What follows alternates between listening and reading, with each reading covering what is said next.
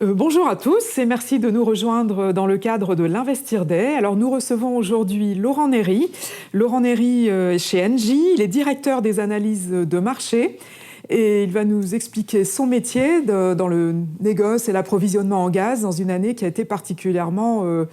On a beaucoup parlé du gaz, qui a été le point crucial de l'année par la rupture des approvisionnements de la Russie, par la guerre en Ukraine et par les prix faramineux atteints par ces produits.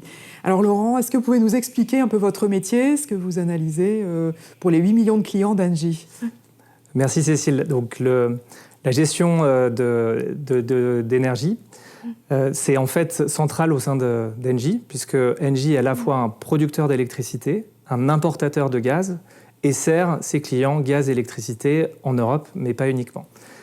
Les activités de gestion d'énergie sont entre ces deux métiers. On doit prendre du gaz et de l'électricité à tout instant et le servir à nos clients à tout instant. Simplement, on n'a pas exactement un équilibre parfait et donc on doit agir sur les marchés de l'énergie pour gérer ces déséquilibres. Il faut comprendre que la demande varie... elle n'est pas la même le jour et la nuit, la semaine selon et le week-end. Oui, ou selon les températures. Et selon les températures. Donc notre métier, c'est de gérer ces aléas et de faire en sorte que nos clients aient toujours du gaz et de l'électricité au moment où ils en ont besoin. Ça serait particulièrement les clients professionnels, les particuliers, vous servez tout le monde. Voilà. Engie couvre l'ensemble des clients, des gros industriels aux petits particuliers, en passant par les professionnels et les petits industriels en gaz et en électricité. Alors le gros événement cette année, ça a été la rupture progressive mais faite de l'approvisionnement en gaz russe, qui représentait, je crois, à peu près 40% des approvisionnements en Europe. Alors comment vous avez géré cette situation ? Parce que je crois que les stockages finalement sont pleins pour l'hiver, donc alors, comment vous avez fait ? Parce que c'est inédit comme situation. C'est inédit. C'est dans notre ADN, dans la culture d'Engie, la diversification des approvisionnements a toujours été la clé. Donc pour Engie, le gaz russe ne représentait que 20%, mais ça reste 20%. C'est quand même beaucoup, oui. Donc, et effectivement, on peut le voir sur ce slide, le gaz russe a pratiquement disparu du marché européen. En fait, on a encore des volumes qui passent à travers l'Ukraine et la Turquie pour alimenter l'Europe du Sud-Est, l'Autriche et l'Italie. Mais il représentait 40%, maintenant c'est uniquement 7%. Parce que les gazoducs Nord Stream, l'un n'a pas été mis en service et l'autre Exactement. est coupé, quoi. Donc pour Engie, alors que pour l'Europe c'était 40%, pour Engie c'était 20%. Néanmoins, c'est un événement majeur. Comment on s'y prépare ? Eh bien, il faut être en mesure de compenser ce gaz. Donc nous avons, dès le début, anticipé des scénarios extrêmes. C'était un scénario extrême et nous avons pu compter sur les approvisionnements norvégiens qu'on a pu augmenter et aussi aller chercher du gaz naturel liquéfié de différents pays pour compenser ce gaz russe. Donc, de quel pays vous parlez, des États-Unis ? Est-ce qu'il y a d'autres fournisseurs en la matière ? Pour Engie, effectivement, on a utilisé les États-Unis. On a aussi des contrats d'approvisionnement avec l'Algérie. Mais ce qu'on peut voir pour l'Europe, c'est que les marchés de l'importation de GNL a fortement augmenté. Et effectivement, si on regarde pour tout le marché européen, c'est énormément les Américains qui ont augmenté leurs exportations vers l'Europe. Donc, au final, ça nous a permis de gérer cette première crise, cette perte du gaz russe, remplacée par des approvisionnements de GNL, et on a pu remplir nos stockages au niveau européen. C'est assez exceptionnel, puisqu'on commence l'hiver à peu près à 95% de remplissage en Europe. Et si l'hiver était très froid, il faudrait re-remplir ces stockages avant la fin de la saison hivernale ou... Alors, vous avez anticipé ça aussi, j'imagine ? Effectivement. Alors, une fois de plus, pour le marché européen, on a des réserves qui sont pleines. Engie gère effectivement ses capacités de stockage pour ses clients. Et en fonction des aléas climatiques, on devra utiliser ces réserves ou non. L'idée pour l'été prochain, c'est effectivement comment on va remplir ces stockages pour l'hiver 2023-2024. Et ça, c'est notre quotidien. Simplement, on le fait dans un jeu d'hypothèse où, effectivement, on n'a plus de gaz russe et donc on doit aller rechercher d'autres sources d'approvisionnement. D'accord. Et alors, cette recherche d'approvisionnement s'effectue dans un contexte de prix totalement inédit. Est-ce que vous l'aviez aussi anticipé ou comment se sont formés ces prix? Où en est-on maintenant? Alors, je crois que le mois d'octobre ayant été assez doux, voire chaud, les prix ont rebaissé. Donc, si vous pouvez nous retracer un peu l'historique. Effectivement, les prix de marché les prix de marché de gros du gaz, historiquement, ils oscillaient entre 10 et 20 euros du mégawattheure. Au début de la crise, ils ont commencé déjà, en fin d'année dernière, ils étaient déjà à 70 euros du mégawattheure. La crise du Covid et les pénuries diverses avaient déjà commencé à créer une certaine inflation, me semble-t-il. Exactement. Il y avait en fait déjà une tension l'année dernière. La perte du gaz russe, comme tout marché où le prix se fixe entre l'offre et la demande, quand on perd l'offre, le prix doit monter pour essayer d'équilibrer au mieux le système. Et cette hausse des prix nous a permis d'attirer plus de GNL. Malheureusement aussi, cette hausse des prix fait que la demande baisse. Ah, vous le sentez sur les volumes? Voilà, on observe. Entreprises et particuliers, municipalités font des économies, j'imagine. Pour le secteur industriel, en Europe, sur le mois de septembre, on a vu moins 30% de consommation de gaz. Et là, malheureusement, pour les industriels, c'est subi, parce que les prix sont trop élevés.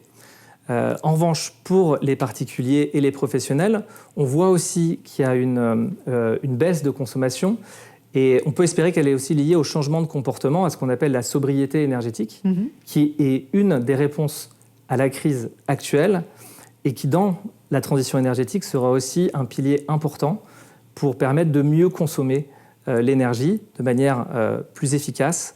Et ça, c'est effectivement une chose qui est assez importante, qui nous a permis de remplir les stockages de gaz. On peut voir effectivement que ces stockages sont revenus à un niveau pratiquement maximum. Et c'est une très bonne chose, parce qu'ils vont nous permettre de tenir cet hiver, mais aussi l'hiver suivant et l'hiver d'après. On a recréé une marge qu'on avait perdue au début de l'hiver dernier. On peut le voir, on était très bas en fait en octobre 2021, novembre 2021. On était à un niveau plutôt bas. Plus que la moyenne, plus que la moyenne, à cause de la reprise économique. Chine.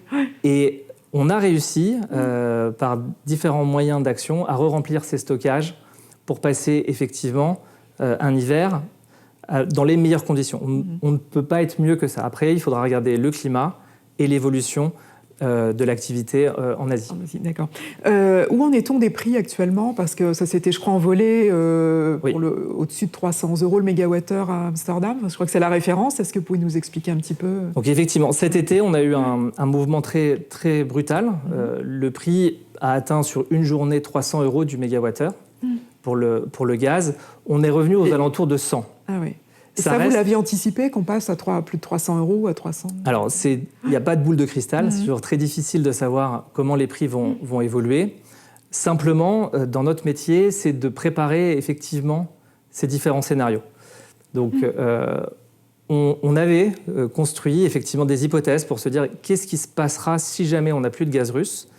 Et effectivement, les prix ont atteint des niveaux très élevés. Mais comme on a rempli nos stockages, effectivement, l'ensemble du marché est rassuré par cette sécurité qu'on s'est créée pour passer l'hiver qui vient et les hivers suivants.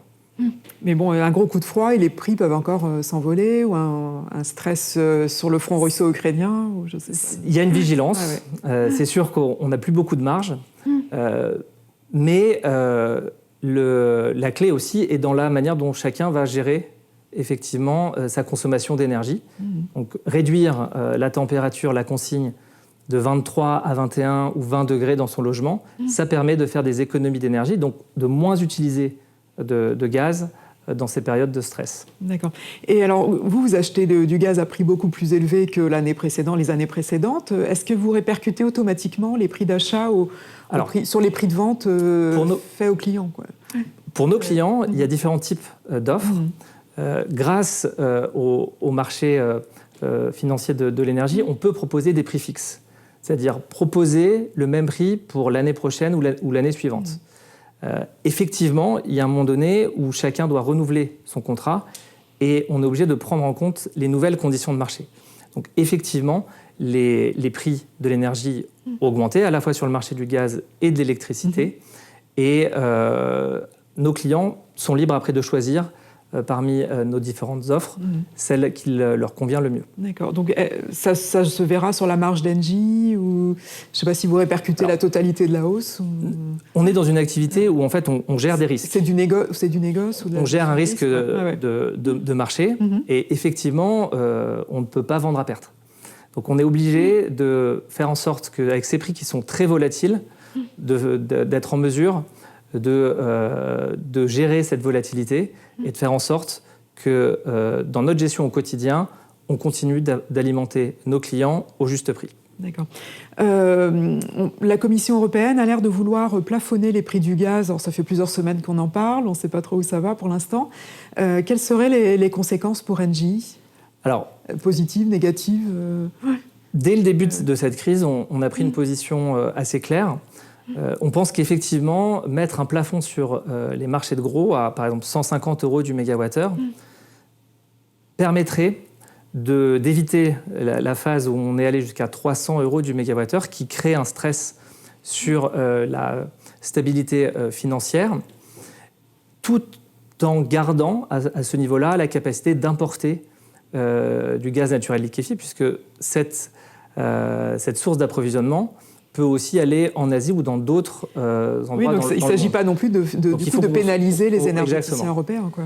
Ouais. Et grâce à la gestion des stockages, donc c'est un peu la différence entre le marché de l'électricité, on ne peut pas stocker, vraiment, donc le prix effectivement est très volatile et dépend des conditions de vent ou d'ensoleillement. Pour le marché gazier, on a ces stockages, on a ces réserves qui nous permettent d'avoir un peu d'avance. Donc on pourrait envisager un système où, avec un plafond de prix, si jamais le prix de marché atteignait ce plafond, on mettrait en œuvre des appels d'offres pour amener un peu plus de gaz naturel liquéfié en Europe. Et ce serait une réponse efficace à cette crise pour gérer le risque physique, mais effectivement ne pas payer trop cher ou à des prix qui ne sont pas supportables. Alors, par ailleurs, on a vu des tas de choses inédites cette année en matière d'énergie. Au mois d'octobre, je crois que la France aussi a exporté du gaz en Allemagne, qui était très dépendante, beaucoup plus que la France, du gaz russe. Et inversement, l'Allemagne a vendu ou échangé de l'électricité avec la France parce que le parc nucléaire d'EDF est en partie à l'arrêt. Il a fallu gérer. Donc, en fait, c'est vraiment la clé. Ce dont on ne mesure pas très bien les effets au quotidien, c'est que le système énergétique européen est intégré. On peut exporter ou importer du gaz ou de l'électricité entre ces pays.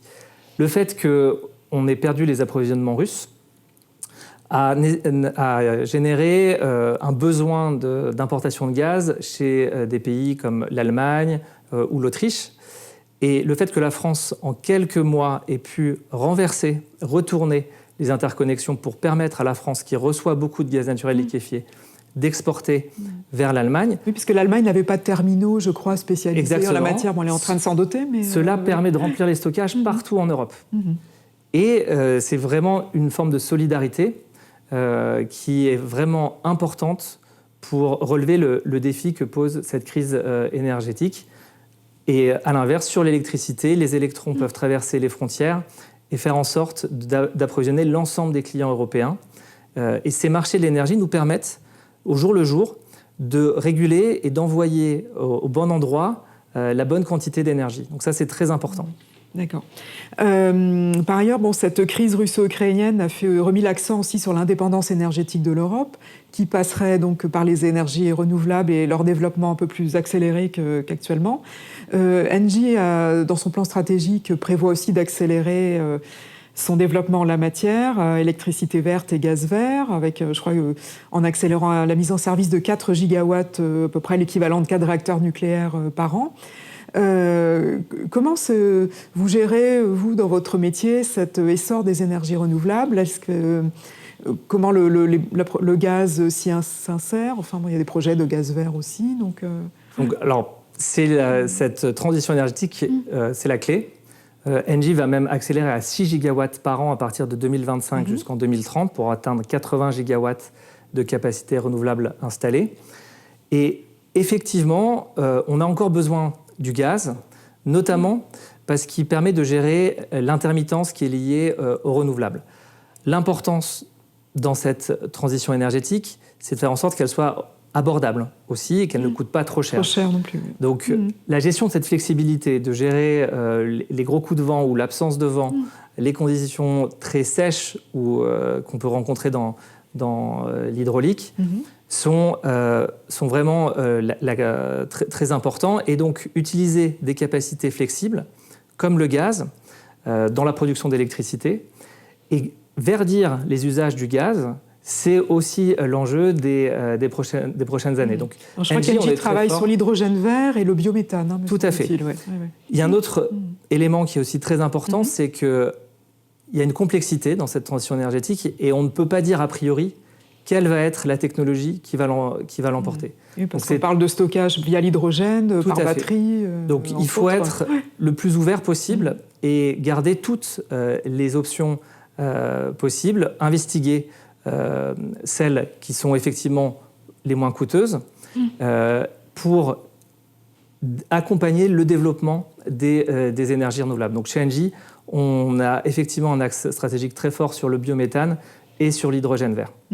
Et je crois que le groupe prépare déjà les installations, parce que Engie est aussi très, très important en matière de stockage, par ses capacités de stockage, ou ses réseaux de distribution, ses gazoducs. Donc vous anticipez, vous avez déjà l'adaptation de ces installations au gaz vert Tout à fait. On absorbe déjà beaucoup de biométhane. Chaque année, de nouvelles installations sont raccordées à notre réseau. Par la méthanisation agricole. Exactement. Et donc ces quantités-là arrivent sur notre réseau de distribution ou éventuellement sur le réseau de transport. Elles sont prioritaires, je crois. Non, oui, pas spécialement. Le gaz est produit et on a un prix d'achat de ce gaz. Et d'ailleurs, les prix qu'on voit sur les marchés actuellement... on n'a plus besoin de support public de subventions, à 100 € du mégawattheure. Donc c'est aussi un de ces enjeux. Ça devient compétitif. C'est de développer effectivement très fortement ces nouveaux gaz. Et les infrastructures seront essentielles. C'est très important de comprendre aussi le couplage qu'on a entre les infrastructures gazières et électriques. Quand il n'y a plus beaucoup de vent, la capacité à mettre du gaz dans des centrales électriques qui tournent au gaz pour continuer d'approvisionner les clients en électricité, c'est vraiment la clé. Et sur tous ces métiers, Engie souhaite être le leader. Et votre propre métier, donc la gestion, l'analyse, la gestion des marchés, comment s'intègre dans ces nouveaux besoins liés à la transition énergétique? Alors, c'est vraiment fondamental puisqu'on voit que cette transition énergétique va apporter des besoins en flexibilité énormes. On aura beaucoup plus d'incertitudes, on va être beaucoup plus exposé aux aléas climatiques. Et notre activité de gestion d'énergie sur les marchés va nous permettre d'apporter une réponse, effectivement, à cette volatilité de la production pour permettre de gérer au mieux les déséquilibres et d'être toujours en mesure de servir de l'électricité et du gaz à nos clients en tout temps et à tout moment. Et constamment, et à des prix quand même encore abordables, compétitifs. Écoutez, merci beaucoup Laurent Néry. Merci à tous de nous avoir suivis. Et alors nous vous donnons rendez-vous pour un rendez-vous physique, celui-là, pour l'Investir Day du 29 novembre au Carrousel du Louvre à Paris. Merci à tous.